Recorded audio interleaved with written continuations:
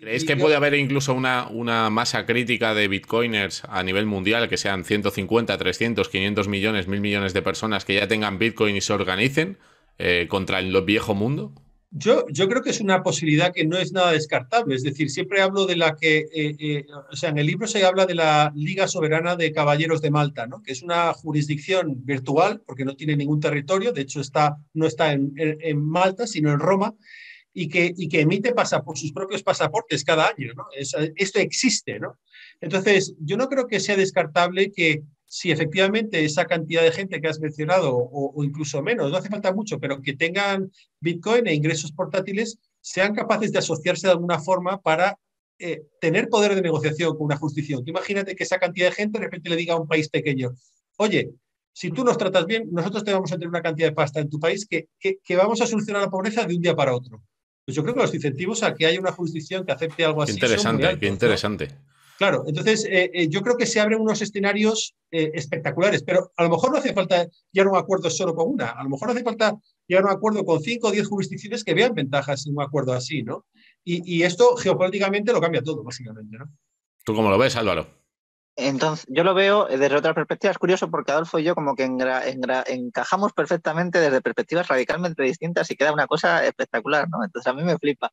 Entonces, claro, yo lo veo más desde la perspectiva que yo había estado estudiando, ¿no? Que es la crisis de la potestad y la crisis de la autoridad. Adolfo se está encargando más en este libro del tema de la crisis de la potestad, porque al final el Estado lo que es el proveedor, es el que garantiza que no hay una guerra civil, porque es el que monopoliza la violencia de alguna manera y es el que proporciona seguridad, ¿no? Y esto es muy importante, ¿no? El que proporciona seguridad. Entonces, nosotros históricamente ha resuelto este problema y por eso han proliferado de forma masiva los estados en todo el mundo, ¿no? Pero la cuestión donde lo veo yo es que, primero, en el ámbito del ciberespacio ya no garantiza la seguridad, ¿no?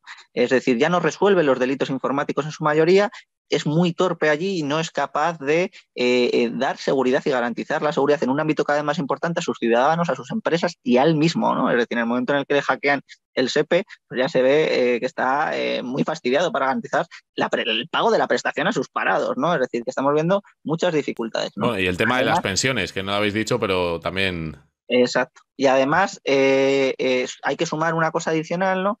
Que es el tema de que con los cambios de escala, ¿no? Tenemos el tema de cómo garantiza la seguridad. O sea, nosotros al final, esto lo explica mucho mejor Adolfo, entonces que lo retome después él, pero básicamente es que cada vez vamos a demandar más seguridad a medida, ¿no? Es decir, que vamos a demandar tallas más personalizadas de seguridad porque una talla única de seguridad para todos no nos permite adecuadamente garantizar nuestra integridad y nuestra seguridad patrimonial, económica y física, ¿no? Y cada vez lo vamos a ir viendo más, yo creo. Uh -huh. Entonces, yo me centro más en la crisis de la autoridad, ¿no? Y aquí, además de lo que ya he comentado, aparece un fork, que es un concepto que utiliza mucho Adolfo también. Para los que Que no sepan lo que es un fork sería como una desviación de lo que está establecido en este momento. Exacto. A mí lo que me fascinó, ¿no? Fue el tema de descubrir que la forma política que tenemos está muy vinculada a la forma que tenemos de acceder al conocimiento, porque la forma de acceso al conocimiento nos da la forma de reconocer a la autoridad, ¿no? Es decir, la autoridad es el saber socialmente reconocido y en ese sentido la forma en la que accedemos al conocimiento determina en gran medida la forma política que tenemos, ¿no? Entonces, esto se puede ejemplificar actualmente, ¿no? Como el Estado tiene un cuarto poder, que son los medios de comunicación, y este Estado, que es un Estado de partidos, pues allí donde hay un partido regional, también tiene un canal regional de televisión, ¿no? Y en ese sentido avala su postura, la sanciona de alguna manera, ¿no? Y tiene su nicho de votantes, ¿no? Entonces, analizar este fenómeno con el fenómeno de los youtubers, de los streamers y demás es interesantísimo, ¿no? Porque yo, por ejemplo, yo tengo 27 años y yo no llevo 7 años sin ver la televisión, ¿no? Entonces, para mí, mis fuentes de acceso al conocimiento y a la información son radicalmente distintos, por ejemplo, de mis padres, ¿no? Entonces, como que reconocemos autoridades radicalmente distintas. Ellos sí que reconocen a las autoridades que ven en la televisión, pero para mí a lo mejor lo son otras, ¿no? Además, mucho más especializadas o mucho más seleccionadas en función a otras características, ¿no? Y en ese sentido, está cambiando o está entrando en crisis el reconocimiento de la autoridad y por ello el de la sanción del poder político, la legitimidad del poder político, ¿no? Para las capas más jóvenes de la sociedad es mucho más difícil reconocer que los políticos saben, por ejemplo, ¿no?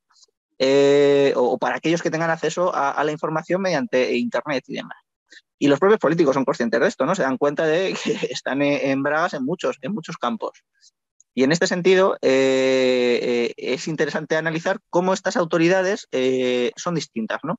Son autoridades carismáticas, que es el concepto que he utilizado yo, ¿no? Porque la gente les elige por su carisma, por su personalidad, por su forma de ser, ¿no? Pues un Ibai, un Willy Rex o incluso un Rayo o gente de otro estilo que es más por su forma de ser o por su forma de comentar o de hablar, por lo que la gente le otorga autoridad, ¿no? Y le reconoce como autoridad en su materia o en su campo o en su forma de vivir. Y esto es lo que yo creo que va a dar puerta también a conectar con intereses económicos, que cada vez hay una secesión mayor de los intereses económicos y que van a hacer un mix que va a dar lugar a este poder de negociación colectivo, ¿no?